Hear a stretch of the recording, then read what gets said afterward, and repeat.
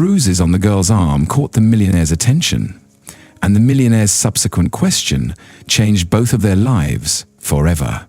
Before starting today's story, please adjust the volume on your device to a comfortable level, so as not to affect your health, and have the most comfortable moments with our characters. The moment Nathan Cole saw the marks on the waitress's wrist, he knew something wasn't right. His voice broke the quiet hum of the near-empty diner. "Did someone hurt you?" The words lingered in the air, heavy and unshakable. His eyes were locked on the faint purplish bruises on Ellie's skin as she refilled his mug. Startled, Ellie Harper quickly tugged her sleeve down.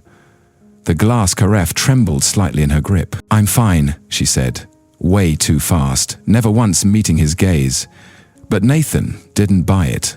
The concern in his expression deepened. He'd been eating here for months, watching her from the corner booth. She barely spoke to anyone, always keeping her head low beneath a curtain of chestnut hair. "Your coffee's getting cold," Ellie said, trying to pivot away from the conversation. But Nathan reached out, gently stopping her with a hand on her arm. "I'm sorry, I didn't mean to pry. It's just... everything okay over here?" Raymond had appeared suddenly at the table, his apron slung casually over one shoulder, eyes narrowing in Jackson's direction. "Fine, Raymond," Ellie replied quickly. "Mr. Cole just wanted to know what the daily special was." Raymond didn't look entirely convinced, but gave a curt nod. "We're locking up in 10, Ellie. I'll get started on the back." He headed toward the kitchen. Nathan watched him disappear before reaching into his jacket and sliding a card across the table. "Call innovations," he said simply. "I'm not just some random customer. If you're in trouble..." "I'm not your charity case," Ellie cut in, her tone sharp, her brown eyes flashing with sudden fire. "And I'm not in trouble. Please, just let it go." Nathan leaned back and raised his hands in a quiet surrender. He turned his attention to his laptop again.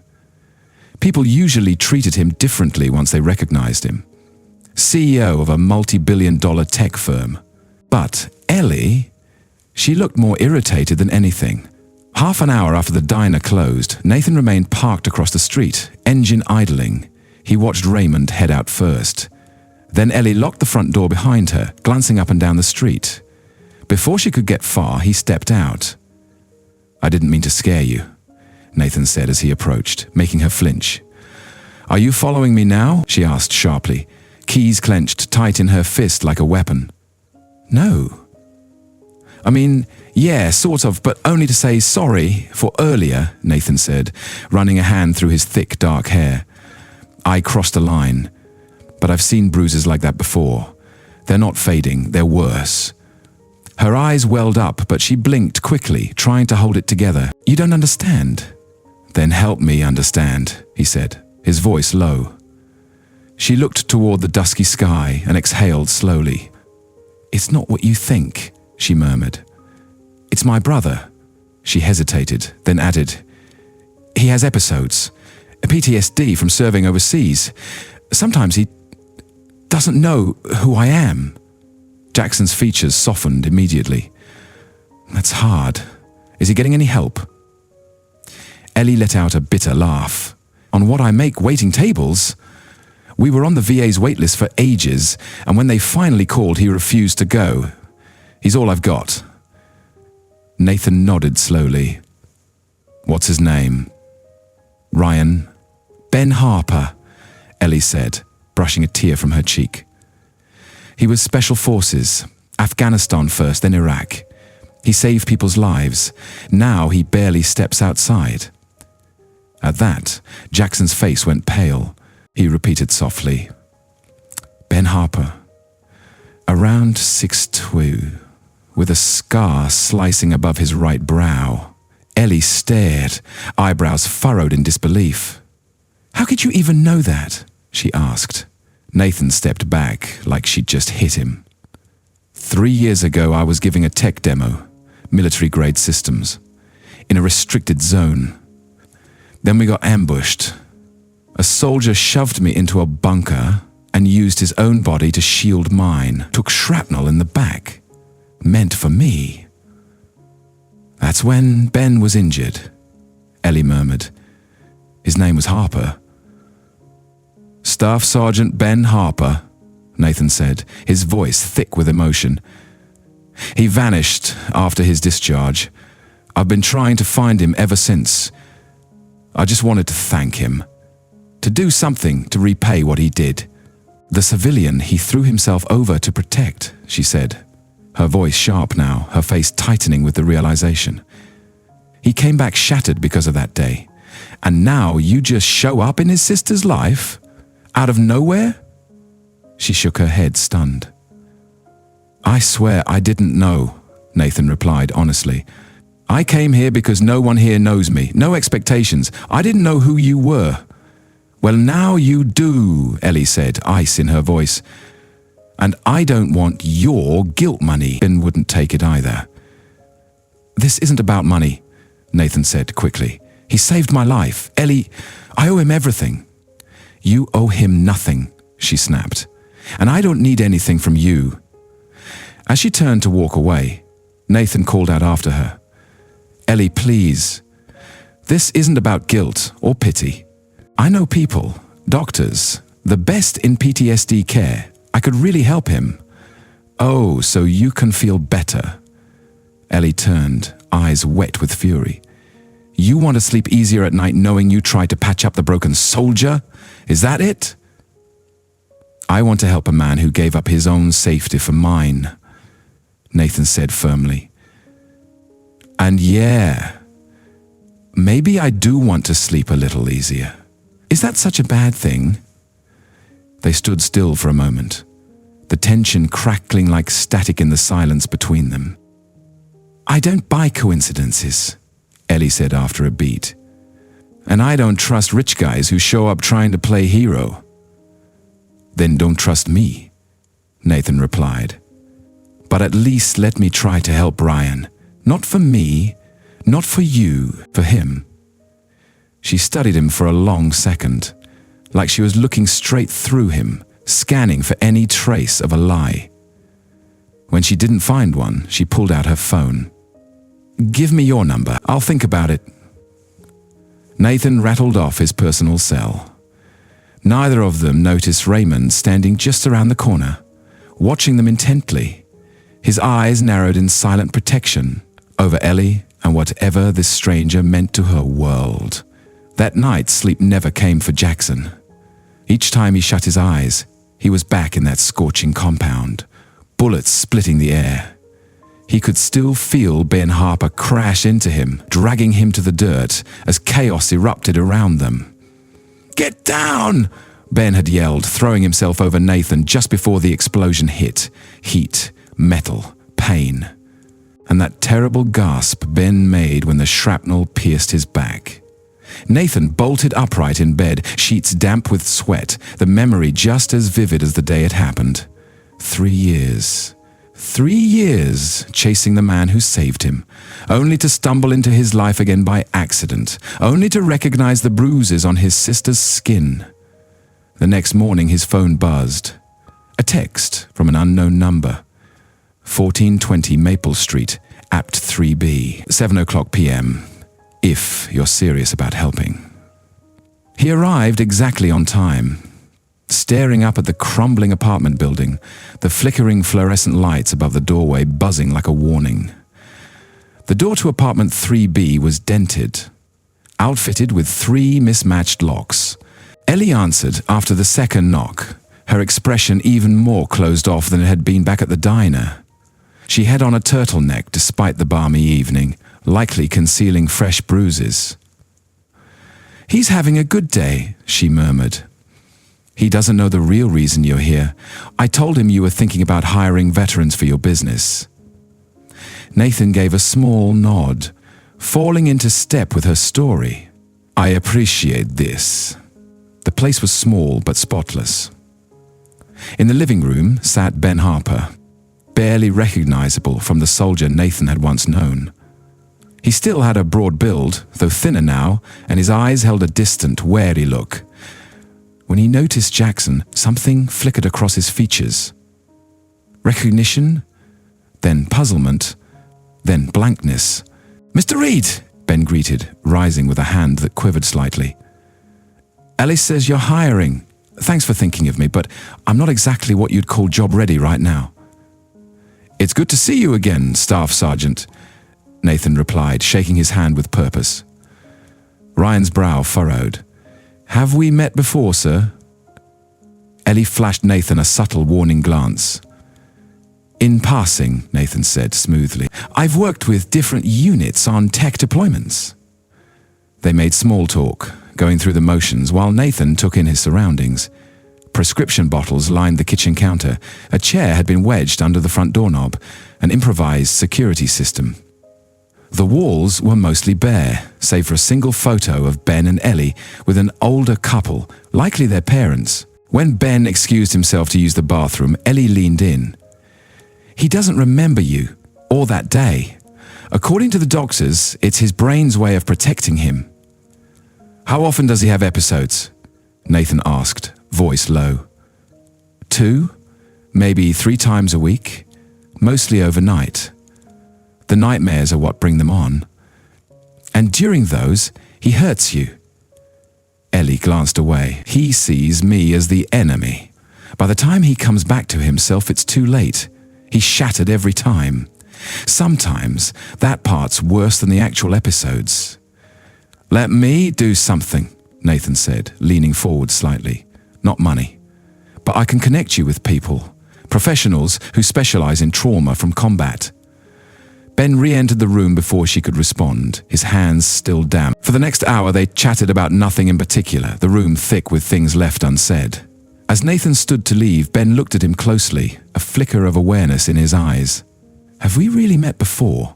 Your face looks familiar." "In another life," Nathan said quietly.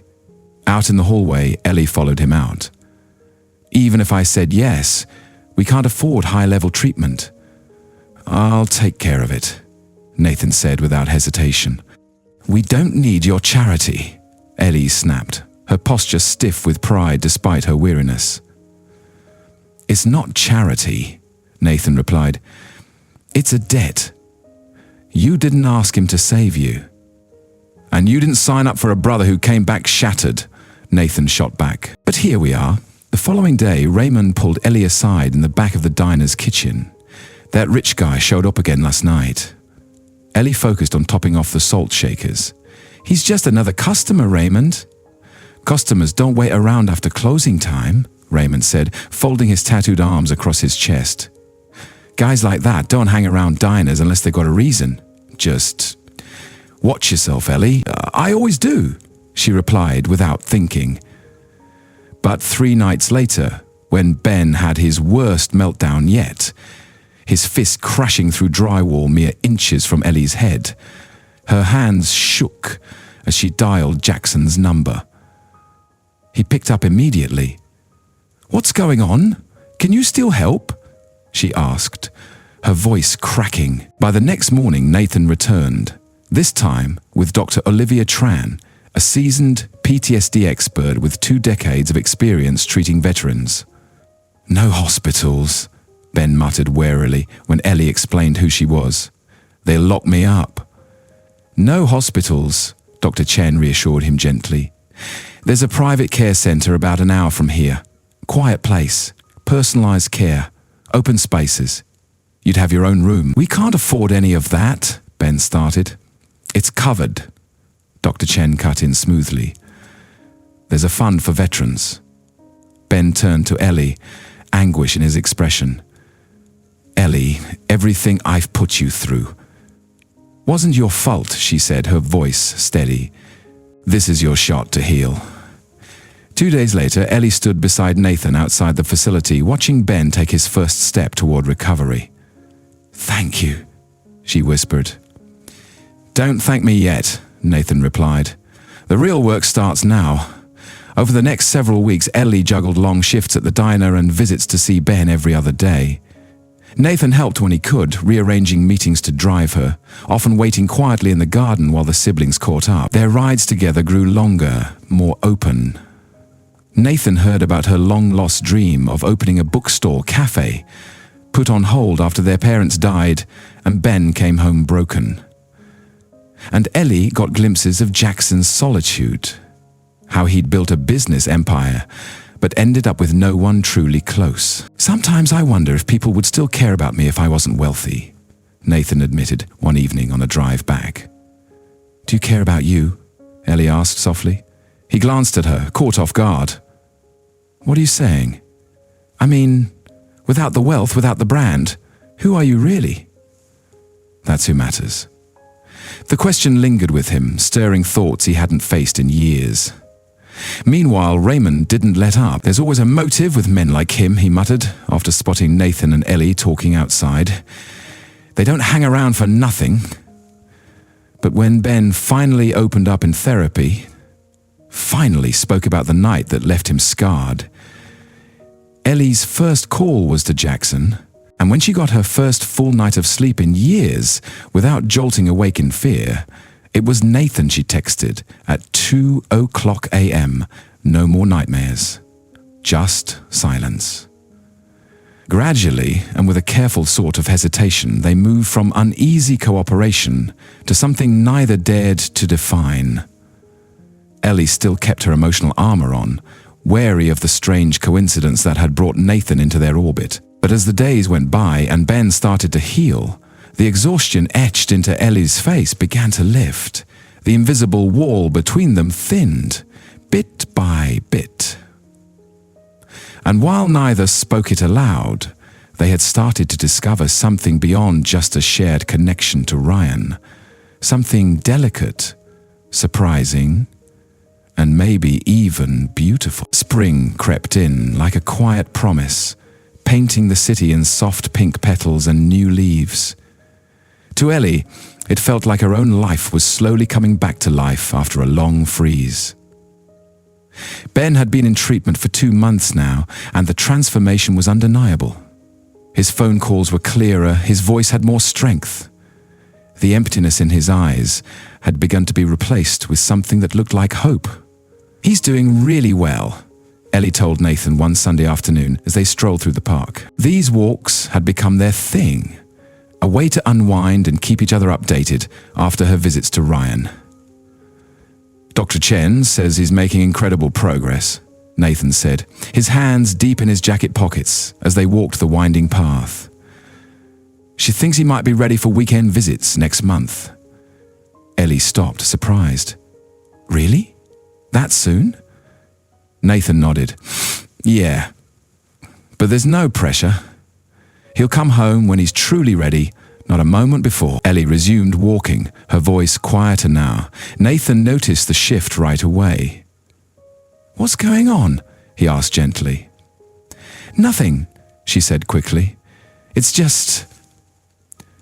I haven't thought much about what comes after. I've been living day to day for so long, you don't have to have it all figured out yet." "But I do," she said, a bit sharper than intended. "Our lease is up next month. I've been taking on extra shifts so I can afford someplace new, a place with no bad memories." But her voice faded near the end. "Ellie," Nathan said carefully, "let me help with that too." She shook her head, determined. "No, you've already done so much. Paying for Ryan's treatment is one thing, but I need to learn to stand on my own." They reached a bench by a pond where ducks floated lazily in circles. Ellie sat and Nathan followed, keeping a respectful distance. "Tell me about that bookstore dream again," he said, changing the topic. Ellie's expression softened. "It's kind of silly." "Not to me," she exhaled, turning slightly toward him. "I've always wanted a cozy little place that feels like coming home. Walls lined with books people actually love, big comfy chairs, good coffee, a space for book clubs and poetry nights." Her face lit up with the thought. "My parents ran a small bookstore when I was a kid. It wasn't fancy, but to me, it was magic. What happened to it? They sold it when I was 10. We moved closer to my grandma after she got sick. Dad took a desk job after that. He never really got over it." She looked down at her hands. They died in a car crash during my sophomore year of college. I dropped out to care for Ben after his first deployment. Nathan listened closely, quietly filling in the missing pieces of her story. You've been putting everyone else ahead of yourself for a long time. I didn't really have a choice. There's always a choice, he said gently. You just chose them. That says a lot about who you are. Ellie looked at him briefly, then away. What about you? Was Colonivations the plan all along? Nathan leaned back, thoughtful. Not exactly. I just wanted to create something real. Technology that made a difference. I didn't expect it to blow up like it did. And honestly, success gets lonely. Lonely? She echoed, recalling something he'd said before. Very, he said, watching the ducks drift across the water. People see the company, the wealth, the headlines. They don't see the person behind it all. I see you, Ellie said softly. Their eyes met. For a heartbeat, something unspoken passed between them. Nathan inched a little closer on the bench. Ellie, But before he could finish, her phone rang. It was Raymond on the line, asking if Ellie could step in for another waitress that evening.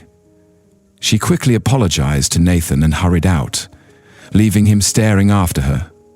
The words he meant to say still stuck in his throat. The following week, Ellie caught everyone off guard when she submitted an application for a city-sponsored small business grant. She didn't tell anyone but Raymond, who stayed late at the diner with her, helping polish the proposal for the Hearth and Page, the bookstore cafe she'd been dreaming about for years. You're really doing this? Raymond asked, eyebrows raised as they sat over coffee, filling out the application. Probably won't get it, she said, eyes fixed on the screen. But it feels good to go for it. And what about Mr. Moneybags? He could open 10 bookstores in his sleep. Ellie's fingers hovered above the keyboard. That's exactly why I'm not asking him. This has to come from me, not him. Meanwhile, Nathan had thrown himself into revamping the veteran hiring program at Cole Innovations, carving out roles tailored for people with PTSD and other service conditions. He stayed in close contact with Dr. Chen and made regular trips to the treatment center, sitting down with the residents to hear what they actually needed. One evening over dinner, Nathan lit up as he explained what he'd been working on. We're launching an entire department focused on adaptive tech. Ben really opened my eyes to how much is missing in that space. That's incredible, Ellie said, sincerely impressed. You're going to make a real difference. I hope so. He gave her a searching look. Speaking of changes, would you consider going to a charity gala with me next week? My foundation's rolling out a new program for vets with PTSD. Ellie froze mid-bite. Gala? As in fancy gowns and champagne flutes? Exactly like that, he said with a grin. But honestly, way less exciting than it sounds. I don't have anything remotely appropriate for that, she replied, flustered. That's the easiest part to fix, he assured her. Though hesitant at first, Ellie ended up saying yes. And over the following weeks, what started as a tentative bond between them grew into a real friendship. One that slowly deepened into something much more unexpected. The night of the gala, Nathan showed up at her apartment holding a small velvet box. Just a little something to match your dress, he said casually. Inside was a dainty silver necklace with a tiny book charm. Not diamonds, not rubies, something with a little more heart. He'd been paying attention. It's perfect, she whispered, turning so he could clasp it around her neck. His fingertips grazed the back of her neck, and a chill ran down her spine. When she turned to look at him, their faces hovered just inches apart. Oh, you look beautiful, he whispered. For once, Ellie didn't shrug off the compliment. Instead, she leaned in and gave him a soft kiss. Thank you for everything. It was brief, but that single kiss shifted the ground beneath them. At the charity gala, Nathan introduced Ellie to a parade of guests whose names slipped from her memory almost instantly. What stuck was the way he stayed close, his hands steady at her lower back, their eyes meeting across rooms full of conversation and clinking glasses. When he stepped up to the mic to speak about his new foundation for veterans struggling with PTSD, no one expected him to call Ellie up beside him. "This woman," he told the room, his voice thick with feeling, "taught me that the strongest people aren't the ones who never fall. They're the ones who always get back up. She's the reason this night exists." Later, beneath the soft lights of the ballroom, they swayed together, entirely unaware of the cameras snapping photos of their embrace. "I think I'm falling in love with you," Nathan confessed, his forehead pressed gently against hers. "I think that's a terrible idea," Ellie teased with a quiet smile. "But I'm falling for you too." The kiss they shared under the chandelier would make headlines the next morning. A polished caption beneath the image: "Tech billionaire Nathan Cole and unidentified woman share tender moment at Veterans Gala." But as their connection deepened, so did Ellie's anxiety. She couldn't shake the feeling that she didn't belong in Jackson's glittering world of high society and inherited power. How long before he saw that too? Each morning she braced herself for the dream to end. Each night she fell asleep wondering if the next day would be the one where everything slipped away. She wasn't scared of Jackson. She was scared of losing herself in his orbit, of becoming another name on a guest list, another pretty face in the background of his life. She had fought too hard to find herself to fade now. Still, when he looked at her with real curiosity, asked her what she wanted from life, held her like she was something cherished but not breakable, she let herself believe. Maybe, just maybe, the world they were building together didn't have to match the one they came from. Maybe it could be something new, something neither of them had imagined. The photo of their kiss swept through media outlets and blogs, and Ellie's quiet life vanished almost overnight. One day she was a waitress. The next, she was trending. "Who is the woman who stole Nathan Cole's heart?" the headlines asked. It didn't take long before gossip sites connected the dots. Waitress, college dropout, sister to a veteran with a checkered past. The public couldn't look away. A modern-day Cinderella story with a twist, featuring a hero nursing more than just old scars. "Just tune it out," Nathan told Ellie after she showed him a harsh article implying she had ulterior. "They spin these stories because drama sells. Who cares what they say?" "It matters to me," Ellie murmured, her eyes scanning the sea of online comments. "They're calling me a gold digger. Some are even digging through Ryan's military service." Nathan reached over and gently slid the phone from her hands. The people who actually matter know the truth. But as their lives started to blend more and more, Ellie found herself on shaky ground. She was pulling shifts at the diner by day and smiling for cameras at night, clinging to Jackson's arm at glitzy galas. She had learned how to keep her composure when reporters pushed into her past, and how to laugh off remarks about her so-called rise from nothing.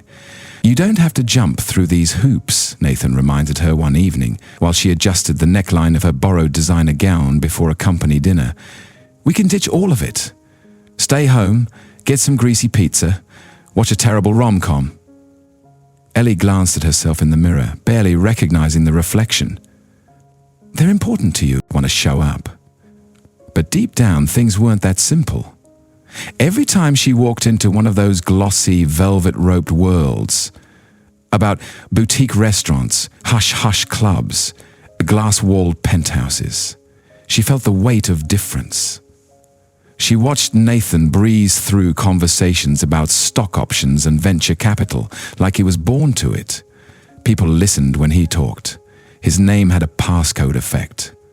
Doors simply opened. Doors she'd never even dared to knock on. That night's dinner took place in a reserved room at a place so upscale it didn't even need a sign. Glittering chandeliers, waiters who refilled your water before you even noticed it was low. It all felt like a scene from someone else's life. Guests arrived in a procession of high-end cars dressed to kill, the women glowing in diamonds, the men looking like they stepped out of a fashion spread. Lauren Hayes, Jackson's sharp-as-nails CFO and longtime confidant, greeted Ellie with a brittle smile. "So lovely to see you again," she said, brushing the air near both of Ellie's cheeks. "That dress is to die for. Valentino?" "I'm not sure," Ellie admitted truthfully. "Nathan picked it out." Victoria's eyebrow lifted just a touch before she drifted off to charm the next guest. Throughout the meal, Ellie barely spoke, overwhelmed by the corporate jargon and finance lingo being tossed across the table like a foreign language. When someone turned the spotlight on her, she gave short replies, none of which landed well. She could feel Victoria's eyes on her, measuring her like a ledger line that didn't add up. "Excuse me," Ellie said at last, her voice tight. "I just need a moment." She slipped away toward the restroom, only to slow her steps as voices filtered from an alcove. Victoria's clipped tone was unmistakable. "You've got to be more strategic, Jackson," she was saying. Jackson's reply came fast with an edge. "My private life is off limits. Not when it starts touching the company. This waitress, Ellie," Nathan cut in. "Her name is Ellie." "Fine, Ellie. She's leveraging you to cover her brother's medical bills and fund her little business dream." Ellie stopped cold. How did Lauren know about that loan application? "That's not true," Nathan shot back. "You don't know her." "I know the type," Lauren said, voice like ice. "And I've already seen the draft documents for the small business loan you're co-signing. Jackson, you're smarter than this. Get an NDA, a prenup, whatever it takes." Ellie stepped into view, her voice like steel. "No need," she said, meeting Victoria's gaze. "I'm not chasing his money, or a contract." Both Nathan and Lauren turned abruptly, clearly not expecting her. Lauren recovered quickly, giving a tight-lipped smile. "I'll let you two talk," she said before disappearing into the dining room. "Ellie," Nathan started, reaching for her hand. "I'm sorry you overheard that. Victoria's just looking out for me." "Is it true?" Ellie interrupted, her voice steady, ignoring his gesture. "Are you backing a loan for my bookstore?" Nathan paused. "I've been exploring some possibilities, nothing set in stone." "Without mentioning it to me? Going behind my back?" Ellie's voice rose, but she reeled it in. "I wanted it to be a surprise," he offered. "I thought helping you out quietly would make your dream easier to reach. By setting it up so people say I slept my way into a business," she shook back. Ellie shook her head, stunned. "And when she called me a gold digger, you didn't say a word, you just stood there." "I didn't expect her to go that far," Nathan defended himself. "She's been in my life for years. She's just protective." "Well, she got one thing right," Ellie said, pulling the borrowed diamond earrings from her ears. She dropped them into his palm. "I don't fit in with your world. I never will." She turned to leave, but Nathan gently grabbed her arm. "Don't walk away, Ellie. We can figure this out." "It's bigger than Victoria," she said, her voice cracking. "It's everything. The gossip, the articles, how people look at me. I'm proud of where I come from." She took a breath. "But I'm not going to be anyone's charity case. That's not how I see you," Nathan said, the pain in his eyes clear. "Maybe not. I honestly don't know what to think anymore," Ellie said softly, pulling away. "I need to clear my head. I need to feel like me again." That night, back in her modest apartment, Ellie unzipped the designer dress and tucked it neatly back into its bag. She stood in front of the bathroom mirror, barefaced, her hair tied up, wrapped in her worn flannel pajamas. This was who she really was, not the polished version from dinner. Her phone buzzed over and over with messages from Jackson. She didn't open any. Instead, she opened her laptop. The grant application she had submitted weeks ago for the bookstore stared back at her. She'd felt so empowered applying on her own terms. Now, doubt crept in. Had Nathan pulled strings without telling her? The next morning, Ellie walked into the diner to find Raymond already slicing onions. "You look rough," he commented without missing a beat. "Appreciate the honesty," Ellie muttered, yanking her apron on a bit too hard. "Problems with Prince Charming?" Raymond asked. Ellie dropped a coffee mug onto the counter hard enough to make him raise an eyebrow, not talking about it. But by the time her shift ended, she couldn't hold it in. She told him everything. Victoria's insult, the loan, and her worry that none of it had ever been on equal ground. Raymond wiped the counter slowly. "Of course it's not equal. The guy's rich, you work here. That doesn't mean it's not real. How can it be real if it's always on his terms?" Ellie asked. "His money, his rules, his circle. What do I have to offer?" Raymond looked her dead in the eye. "Seriously? You don't see it. That man looks at you like you're his whole damn universe. Money can't fake that." That evening, just before closing, Nathan showed up at the diner. Ellie's pulse quickened before she could stop it.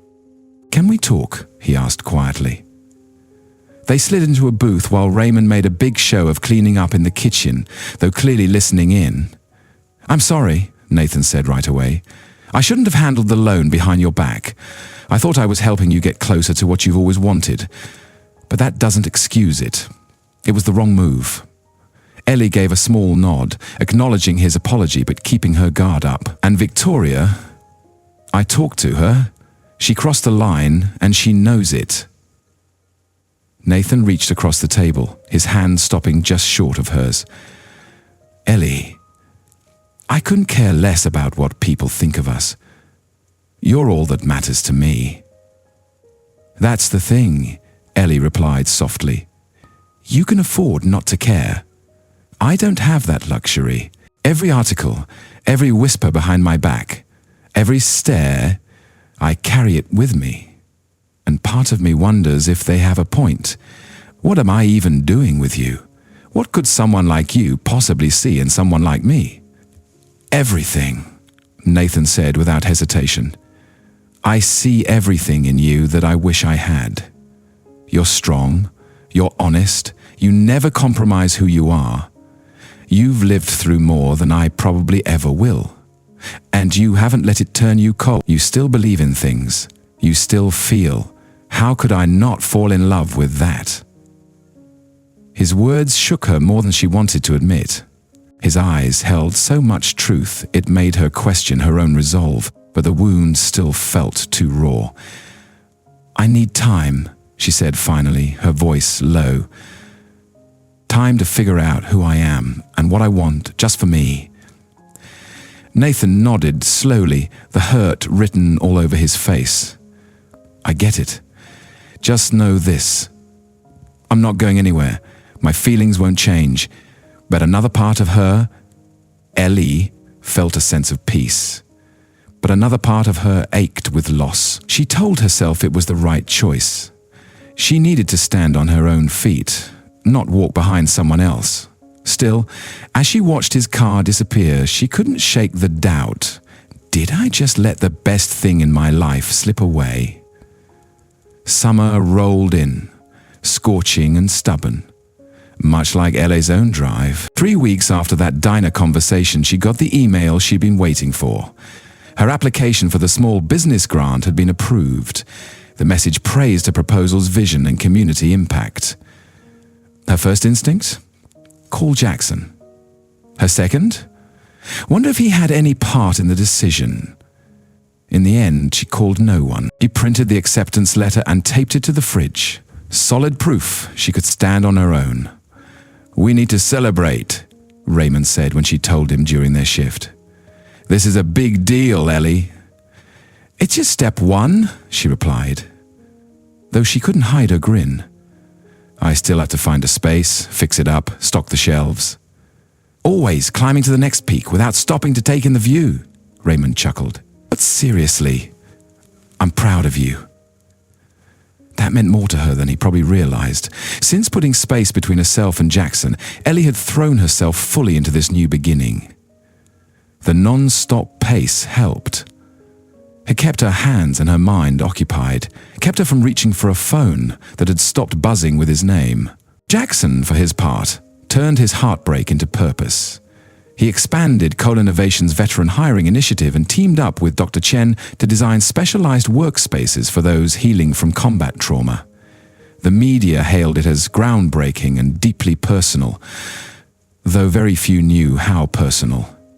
Wednesdays and Sundays, Ellie still made time to visit Ben at the rehab center. It was the one tie to Nathan she couldn't let go. And with every visit, she saw progress. His back straighter, his eyes brighter, his voice more grounded in the moment. "You seem different," Ben said one afternoon as he and Ellie strolled through the rehab center's garden. "Sadder." Ellie brushed it off. "Just tired. Been pulling double shifts." "You've always been a terrible liar," Ben replied with a soft smile. "Always have been." He paused. "This about Jackson?" Ellie stopped in her tracks, caught off guard. "How do you—" "He was here last week," Ben said, shrugging. "Came in for the veterans group. Didn't bring you up, but he didn't have to. I saw his face when I asked." "And what did you see?" Ellie asked, though she already feared the answer. "Like a man watching something priceless slip away." Ellie swallowed and kept walking. Her voice was tight. "It's not simple." "Never is," Ben nodded. "But if there's one thing I've figured out in this place, it's that life's way too short to let pride block happiness." Coming from her brother, who had once nearly lost everything before getting help, that truth hit home. But even so, Ellie wasn't ready to call Jackson. Not yet. In July, Ellie stumbled across the ideal spot for her bookstall, a sunlit corner unit on a street slowly being revived by small, local shop. The rent pushed her budget to the edge, but something about the space just felt right. She signed the lease the same day, her hand slightly shaking as she wrote the biggest check of her life. That evening, standing in the bare shop and picturing rows of books, cozy tables and chatting customers, her phone rang. The screen lit up. "Jackson!" First time in weeks. Her heart pounded as she answered. "Ellie?" His voice, steady, warm, hit her like a familiar song. "Sorry to call out of nowhere. Ben asked me to." "Ryan?" Her voice rose with worry. "Is he okay?" "He's good. Actually, he's doing really well. He wants me at his therapy session tomorrow. Said it's important." She exhaled. "Why would he want that?" "No clue," Nathan said. "But Dr. Chen thinks it might help his recovery." So I agreed. "Just wanted to give you a heads up in case you plan to stop by." "I always go on Wednesdays," she said quietly. A silence stretched between them. Then Nathan said, "I've missed your voice." The simple words hit her hard. "Jackson." "It's okay," he added quickly. "I'm keeping my distance. Just thought you should know." After the call ended, Ellie wandered around the empty shop, her mind stuck on the sound of his voice. She hadn't realized how much she missed him. Not just the romance, but his friendship, his insight. How easily he understood pieces of her life that others didn't. The next day at the center, Nathan and Ellie kept things polite, exchanging hellos before settling in for Ryan's session. Dr. Chen led the conversation as Ben spoke about his progress and ongoing battles. Then, out of the blue, Ben turned toward Jackson. "There's something I've got to tell you about the day we met." Nathan leaned in, confused. "You were doing your job." Ben shook his head slowly. "It wasn't just that. I knew who you were. From pictures in Ellie's dorm room." Ellie blinked. "What pictures?" "You had that magazine with him on the cover," Ben said. "From when he guest lectured in your business class. You couldn't stop talking about him for weeks. How powerful his message was. How he wasn't like the usual business crowd." Ellie's cheeks burned as the memory came flooding back. It had been 5 years ago, back in her college days when Nathan guest lectured in her business ethics course. His passion for using technology to make a real difference in people's lives, not just to turn a profit, had left a mark on her. She'd even worked up the nerve to ask a question during the Q&A. Something about the moral obligations tied to tech innovation. "I didn't just save you because it was my job," Ben told Jackson. "I recognized you from LES magazine. She had the biggest crush on you after that lecture. She never thought you'd notice someone like her. When I saw you in that conflict zone, I thought it was fate or something."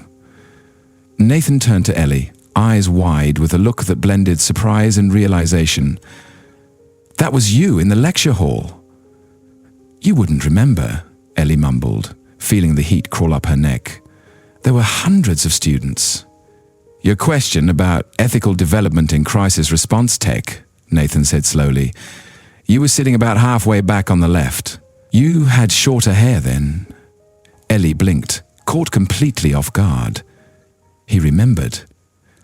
"I looked for you afterward," Nathan added. "You vanished into the crowd. I wanted to offer you an internship based on that one question." The talk continued on, but Ellie had already checked out, her thoughts spinning. They had crossed paths once years ago, long before Ryan's accident, before the diner, before all of it. After the talk ended, Ben asked for a few private minutes with Dr. Chen, so Nathan and Ellie made their way outside, walking slowly and a little awkwardly toward the parking lot. "So," Nathan said, finally breaking the silence, "you had a crush on me?" "Despite everything," Ellie chuckled. "Apparently, my brother can't keep anything to himself. It was just professional admiration." "Of course," Nathan replied, his eyes finally lighting up with a trace of humor. "Nothing inappropriate about professionally admiring someone's business ethics and jawline." "I never mentioned your jawline," Ellie shot back, but she was laughing now too. They stopped beside her car first, standing there like old friends, slipping back into a familiar rhythm. "I found a place for the bookstore," Ellie blurted out, excitement creeping into her voice. "Signed the lease yesterday." "That's amazing," Nathan said, and this time the joy in his voice wasn't guarded. "The grant came through." "It did?" He looked genuinely pleased. She paused, then added, "I followed up with the committee. They told me the decision was strictly merit-based." Nathan gave a knowing nod. "I wouldn't have stepped in, not after what you said. I respect you too much." His words settled in her chest with unexpected warmth. They stood in a quiet that felt natural until Nathan spoke again. "Ryan's doing really well. Dr. Chen thinks he might be ready for weekend visits soon, he told me," Ellie said. "He's talking about what comes next. Where he'll live, what he'll do." Nathan shifted his weight a bit before continuing. "I've been shaping a role at Cole Innovation, Director of Veteran Integration. It's meant to help vets navigate their return to civilian work life. It would be perfect for Ben once you do that for him." Ellie's voice was barely above a whisper. "I do a lot more than that," Nathan said, locking eyes with her. "For both of you." The silence that followed was thick with everything they weren't saying. Ellie was the first to break it, glancing away. "I should head out. I've got a meeting with the contractor about the renovation plans." "Right," Nathan nodded, stepping aside. "Hope it all goes well, Ellie." "I mean that." As she pulled out of the lot, she glanced in the rearview mirror and saw Nathan still standing there, watching her drive away. No matter how hard she tried to keep her distance, the ache of missing him lingered, sharp, persistent, and only growing with time. That night, her apartment felt too quiet. Ellie sat alone, eyes fixed on the bare wall where Ryan's photos used to hang. They were boxed up now, carefully stored away until he was ready to return. So much had changed. War, recovery, and an unexpected connection to a man who was once a stranger had rearranged everything she thought she knew. Raymond made a point weeks back. Their dynamic would never be traditional. Nathan had more money, more connections, more pull. But maybe real balance in a relationship didn't come down to titles or bank statements. Maybe it was about how you lifted each other up, how you rooted for one another, and who showed up when it really counted. And by that measure, maybe she and Nathan had been on more equal footing than she dared to admit. Ball had set the city ablaze with color, burnt orange, deep red, golden yellow. Inside the hearth and page, Ellie watched the contractor secure the final bookshelf into place. 3 months of hard work had turned an empty storefront into the bookstore she'd always imagined. Cozy wood floors, inviting reading corners, and a tucked-away coffee bar at the back. Every choice had been intentional, from the artisan light fixtures to the handwritten signage. "We'll wrap up the cafe area tomorrow," the contractor said, packing up. "Then it's ready for stocking." After he left, Ellie wandered slowly through the shop, fingertips brushing the clean, empty shelves. The grand opening was set for the first weekend in December, just 6 weeks out. She'd already lined up her book orders, set up the sales system, and brought on 2 part-timers for the cafe. Raymond had taken the lead on the coffee menu and barista training, stepping in as the unofficial kitchen lead while still holding down his shifts at the diner. He'd been a steady presence throughout, always there, always noticing when her thoughts drifted. "Thinking about Cole again?" he'd ask, usually hitting the nail on the head. She hadn't seen Nathan since that visit to the treatment center 2 months earlier. A few text exchanges here and there about Ryan's recovery, but that was it. She'd seen the headlines. Cole Innovations had rolled out their Veterans Initiative nationwide to glowing reviews. Sometimes he'd pop up in a business news segment, tailored suit, calm demeanor. But the exhaustion in his eyes never quite escaped the lens. As October drew to a close, Ellie finally got the update she'd been waiting on. Ben had been approved for his first weekend visit home. Dr. Chen recommended he not return to their old apartment. The place held too many ghosts. A fresh space would be better for his healing. "Can live with me," Ellie told Dr. Chen over the phone. "I found a 2-bedroom close to the bookstore. We'll build something new together there." Ryan's homecoming happened to land on the same weekend. A large book shipment arrived for the store. While Ellie coordinated deliveries at the hearth and page, Raymond helps her get the new apartment set up. "Nervous about having him back?" Raymond asked as they pieced together a bed frame in the spare room. "A little," Ellie confessed. "What if something triggers him? What if everything we've worked for unravels now that he's out of the facility?" "Then you'll figure it out," Raymond replied, steady and sure. "You're not in this alone anymore." That reassurance grounded her. Things were different now. She wasn't carrying the weight by herself. She had Raymond, the support from the clinic staff, even the local small business group that had given her a grant. And whether she admitted it or not, she knew Nathan would still show up if it truly mattered. On Friday afternoon, Ellie lingered outside the hearth and page, steadying herself before heading to pick up Ryan. A familiar black car pulled up to the curb, and her heart stuttered a bit when Nathan stepped out. He looked different. His hair a touch longer, his usual polished look swapped out for jeans and a button down. He walked toward her with a bit of hesitation, like he wasn't sure if he should. "Ben mentioned the store was almost open," he said, stopping just short of the entrance. "I figured I'd stop by before heading to the facility. I'm bringing him home today." "You are?" Ellie asked, caught off guard. "He asked me to," Nathan explained, glancing up at the storefront. His eyes took in the clean lines of the new sign. "This looks incredible." Ellie, "Really?" "Want to see inside?" she offered, even surprising herself a little. Jackson's face lit up. "I'd love that." She gave him the tour, watching him as he took in every shelf and counter. He asked sharp questions about her inventory and marketing strategy, tossing in ideas without pushing too far. "You've really built something special here," he said as they reached the back. "It's just like you described that day at the park. Feels like coming home." "Thank you," Ellie said quietly. "That really means something." They stood in silence for a beat until Nathan cleared his throat. "I should get going. Ryan's waiting." "Jackson?" Ellie called as he turned. "Want to bring him by tonight for dinner? Just something low-key. Welcome home." The invitation carried more weight than a casual meal. "I'd like that," Nathan said after a brief pause. "What time?" 7. As he walked away, Ellie felt a blend of nerves and something close to hope. She spent the afternoon making her mum's lasagna, Ryan's favorite, and took her time setting the small table just right.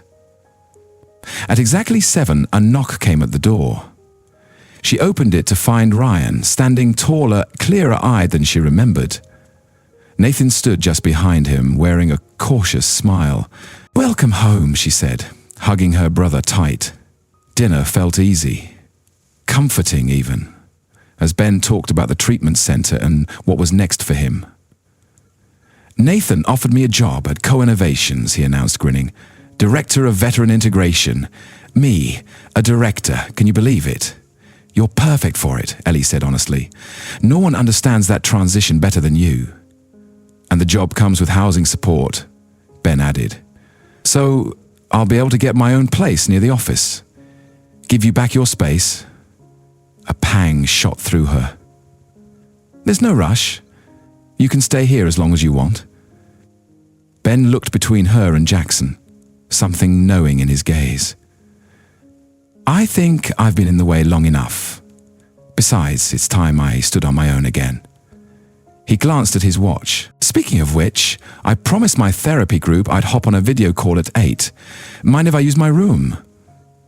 As he disappeared down the hall, Ellie and Nathan were left alone in the quiet. "Ben looks great," she said finally. "He's doing great," Nathan agreed. "Dr. Chen says his progress has been remarkable." A quiet hush settled between them until Nathan reached into his pocket. "I've had this with me for months," he said, pulling out a small, time-worn photo. "Was hoping I'd get a chance to show you." He slid it across the table. Ellie glanced down and saw a teenage Jackson, maybe 16, standing between an older man and woman outside a quaint storefront. Her breath hitched. They were her parents. "I don't get it," she murmured. "Your parents hired me for my first job when I was 16, Nathan said, his voice low. "That little bookstore of theirs? It's where I drafted my first business plan. When they sold it and moved to be closer to your grandmother, we lost contact." He paused. "When they passed in that accident during your college years, I didn't make the connection. At least not until Ben mentioned your full name." A-squared, Ellie kept her eyes on the photo, memories flooding back. They had always said, the bookstore changed someone's life. She never realized it had been Jackson's. "It feels like I've come full circle," Nathan said gently, reaching for her hands. "So much of what matters in my life traces back to your family, to you." Ellie's eyes welled up. "Why didn't you ever tell me this?" "I didn't put it all together until that day we talked at the center," he admitted. "Found this photo while going through some boxes. I meant to share it, but I pushed you away," Ellie finished for him.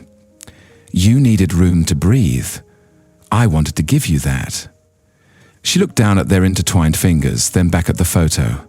"So, my parents' bookstore helped shape your future, and now you've helped bring mine to life." "Funny how life links things together," Nathan said. "I could have never imagined the road would lead us here." Just then, the sound of Ryan's laughter rang from the bedroom, pure and joyful. It had been ages since Ellie had heard him laugh like that. The sound stirred something deep in her chest. "I've missed you," she confessed, her voice barely above a whisper. "More than I wanted to." Jackson's fingers closed around hers just a little tighter. "I've missed you too. Every single day."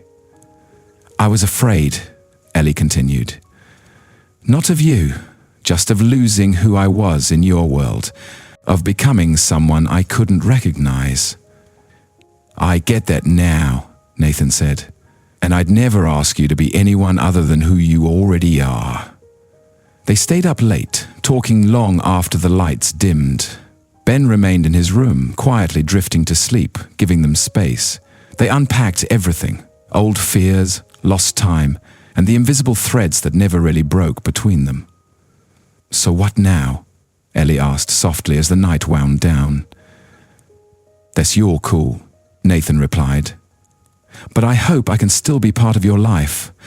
Not as the guy with a title or a bank account, but just me, just Jackson. I'd like that too, Ellie said, her voice full of something steady and new. 2 months later, on Christmas Eve, the Hearth and Page reopened its doors. The first launch back in early December had gone well, but tonight was something else. It was a celebration, a chance to thank friends, family, and a neighborhood that had stood behind Ellie's dream from the start. Ryan, now grounded and full of new confidence, manned the coffee counter like a pro. Raymond handled the kitchen, sending out warm plates of holiday sweets and pastries. At the heart of it all, Ellie and Nathan stood side by side, fingers entwined, revealing a plaque dedicated to Thomas and Ilala Nena Harper, two souls who reminded everyone that moving forward begins with a single turn of the page. As flakes of snow drifted down outside, Nathan gently led Ellie to a quiet corner. Instead of pulling out a ring, he took a key from his pocket. "This is for the place I hope we'll call home," he said. "If you'll take me as I truly am, no masks, no money, just us." He told her it wasn't a luxury high-rise or anything flashy, just a warm, simple house close to both the bookstore and Reed Innovations. Nothing extravagant, but something real. A place where they could grow a life that felt equal, honest, and theirs. Ellie answered with a kiss that spoke louder than any vow. It was a promise made in the company of their chosen family, one not just defined by DNA, but by shared heartaches, healing, and the brave decision to begin anew. The glow from the bookstall's Christmas lights wrapped around them. This was a family that had been fractured, but was finding its way back. Each crack sealed with something stronger than before. As the clock inched toward midnight, Ellie leaned in and softly repeated the words that had started their entire journey. "Are you all right?" For the first time in his life, Nathan didn't have to pretend. "I am now," he said, with full sincerity.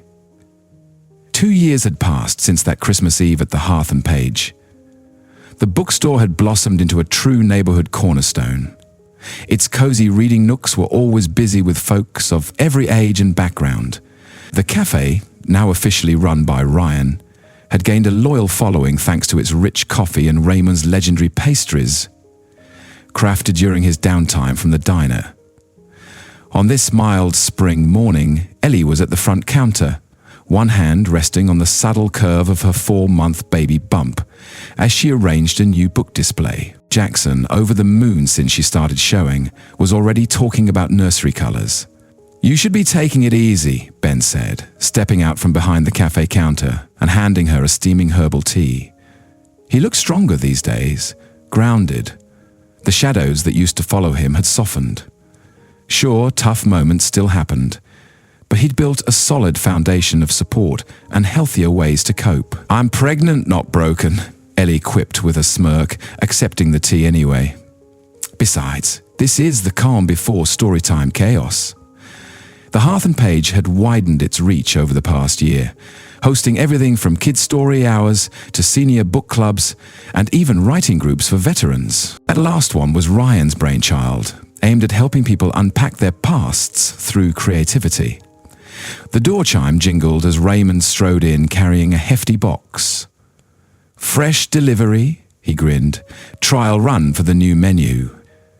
Since becoming a co-owner of the cafe 6 months back, Raymond had been steadily rolling out heartier food choices. Ellie peeked into the box filled with test sandwiches. Any luck finding your own place yet? She asked. Actually, yeah. Found a spot just a few streets away, Raymond said, unable to hide his grin. City inspector gave it the thumbs up. Said your husband gave me a glowing reference. Ellie rolled her eyes playfully. Nathan just told the truth, that you've got a great head for business, she replied. The loan is all you. Their conversation was cut short by the familiar jingle of the front doorbell. This time, it was Nathan stepping inside, dressed down in jeans and a soft flannel, far from his usual corporate look. After shifting more responsibilities to his leadership team at Cole Innovations, he'd found a rhythm that let him prioritize time at home. There's my favorite bookseller. Hello. He gave a nod to Ben and Raymond, then rested his hand on Ellie's growing belly. And how's our tiny book critic doing today? Very active, Ellie replied with a laugh. Feels more like we've got a soccer star in here than a reader. Speaking of staying active, Ben chimed in. Claire Dawson and I are grabbing lunch. Should I tell her to expect you? Claire Dawson, who'd first come by the shop for a veteran's writing session, had quickly become more than a customer. Her dad had served in the same unit as Ryan, and that shared bond grew into a strong relationship. They'd been dating for almost a year, and had recently taken the leap and moved in together. Not today, Nathan said. We've got a paint appointment for the nursery. After tying the knot, Nathan and Ellie decided to stay in the cozy house he'd bought near the bookstore. Even with his financial success, they kept things grounded. More about meaningful moments than luxury. Their biggest indulgence had been a beachside cottage, a quiet place where Ben could go to decompress when the city felt too loud. While Ben and Raymond headed back to the day's tasks, Nathan gently walked Ellie over to one of the cozy corners by the window. I brought you something, he said, pulling a neatly wrapped package from his coat pocket. Ellie carefully peeled it open to reveal a first edition of The Great Gatsby. Not particularly rare, but deeply sentimental, a mirror of the one she'd given him long ago. Open it, Nathan encouraged. Inside the front page he'd written, To Ellie, who taught me that true wealth has nothing to do with money, all my love, always. It's perfect, Ellie whispered, tears welling up from that tender mix of joy and hormone. There's more, Nathan said with a soft smile. Check the back. Tucked into the back cover was a folded set of documents. Ellie unfolded them and glanced over the pages. Legal papers for something called the HarperCole Literacy Foundation. What is this? She asked, eyebrows raised as she read. It's a foundation, Nathan said. Named after your parents. It's going to support local bookstores and literacy programs in communities that need them most. I've structured it so Ben can lead it if he wants, once he's ready for a new chapter beyond veterans work. Ellie covered her mouth with her hand, overwhelmed. Jackson, this is amazing. Your parents believed in me before I believed in myself, he said. Feels right to carry that legacy forward. Ellie leaned in and kissed him, her heart full. It was hard to believe how far they'd come. From that awkward day in the diner, when he noticed her bruises and she tried to brush them off, to this life they'd built on trust, love, and purpose. Sunlight spilled through the bookstore windows, lighting up the brass plaque honoring her parents. Nearby hung a wedding photo. Not some over-the-top celebration, but a warm, close-knit gathering right here in the shop. Ben had stood proudly as best man, his presence a symbol of survival and strength. Raymond had insisted on catering the whole reception himself, saying no one else should handle something so important. Even Lauren from Cole Innovations had come by that day, finally seeing with her own eyes that what Ellie and Nathan shared was the real thing. While she wasn't quite a friend, she had definitely become a trusted companion. The cheerful giggles of children turned Ellie's gaze toward the entrance, just as the first families arrived for story time. She gave Jackson's hand a quick squeeze before rising to welcome them. Mrs. Reed! A little girl called out with excitement. Did you pick my book suggestion for today? I certainly did, Abby, Ellie replied warmly, guiding the kids toward the story circle. Nathan sat back, taking in the sight of his wife completely in her element, radiating purpose, ease, and joy. He thought about how improbable their journey had been, a combat zone, the sacrifice of a fellow soldier, wounds that spoke louder than words, and the bravery it took to tear down the emotional walls built by fear. His phone buzzed with work notifications. He ignored them. The company he'd poured himself into could run without him for now. What truly mattered was in front of him. The family he'd found, the unexpected love that changed everything, and the shared dreams they were shaping. As Ellie launched into her animated reading, Ben walked over carrying 2 coffees. "Black for you, decaf for her later," he said, settling into the seat beside his brother-in-law. "Appreciate it," Nathan said, accepting the cup. "How's the housing program coming along?" Ryan, now leading the veteran housing project at Cole Innovations, lit up. 11 placements this month, he said proudly. 2 of those were for families dealing with medical challenges. They continued chatting with the kind of shorthand born from a mix of shared mission and family connection. Every so often they both glanced toward Ellie, their expressions showing different but equally heartfelt forms of love. When story time wrapped up, Ellie returned to them and gratefully took her decaf coffee. "So, guys," she said as she settled in between them, "any thoughts on nursery colors?" "I'm leaning toward green. Neutral, peaceful," Ben offered. "Whatever you want," Nathan said, pulling her close. "Careful saying that," Ben chuckled. "She might ask for floor-to-ceiling bookshelves in there." "That was always the plan," Ellie said with a grin. As the day wore on, customers trickled in and out. Some recognized Nathan from business headlines. Others only knew him as Ellie's partner who helped on weekends. He didn't care about the labels anymore.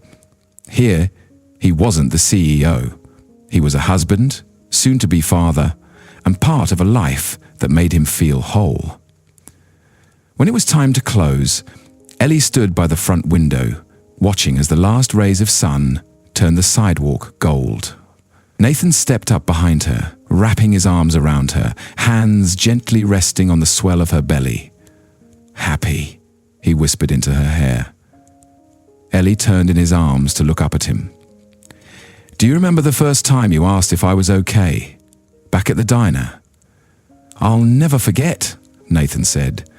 "You look so trapped, so scared. I never imagined that moment would be the beginning of this." "Thank you for asking," Ellie said quietly. "And thank you for eventually being honest." From the back, Ben called out that he was heading out to dinner with Claire Dawson, and Raymond let them know the kitchen was all cleaned up and locked. Just another day at the hearth and page, wrapped up. Another handful of meaningful moments woven into the life they were building. Before leaving, Ellie stopped at the register to finish one last thing. She pinned a new flyer to the community board. "Coming soon. Little Reader's Corner, a cozy nook for our youngest bookworms." It wasn't merely about growing the business.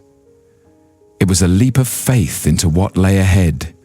A nod to fresh starts and untold journeys, much like the story that inspired the shop's name. This wasn't just a new venture, it marked the beginning of a new chapter in their lives. One brimming with intention, hope, and a love powerful enough to reshape everything it encountered. As they stepped into the soft glow of the spring evening, Nathan reached for her hand. Ellie gave his hand a gentle squeeze, her mind lingering on how that one word, home, had come to mean so much. What once stirred anxiety and doubt now felt like the most certain and comforting place on earth. "With you?" she said. "Thank you for walking beside Ellie, Nathan, and Ben on this journey." Telling stories like theirs, rooted in loss, resilience, and rediscovered hope, is more than storytelling. It's a tribute to the quiet strength so many carry in silence. If their path stirred something in you, I hope it was a reminder that healing is possible, that love doesn't have to be perfect to be real, and that sometimes a single question can change everything. May their story live on as a gentle nudge to keep believing in second chances, in chosen family, and in the quiet courage it takes to begin again. Wishing you peace, purpose, and a heart open to the stories still waiting to be written.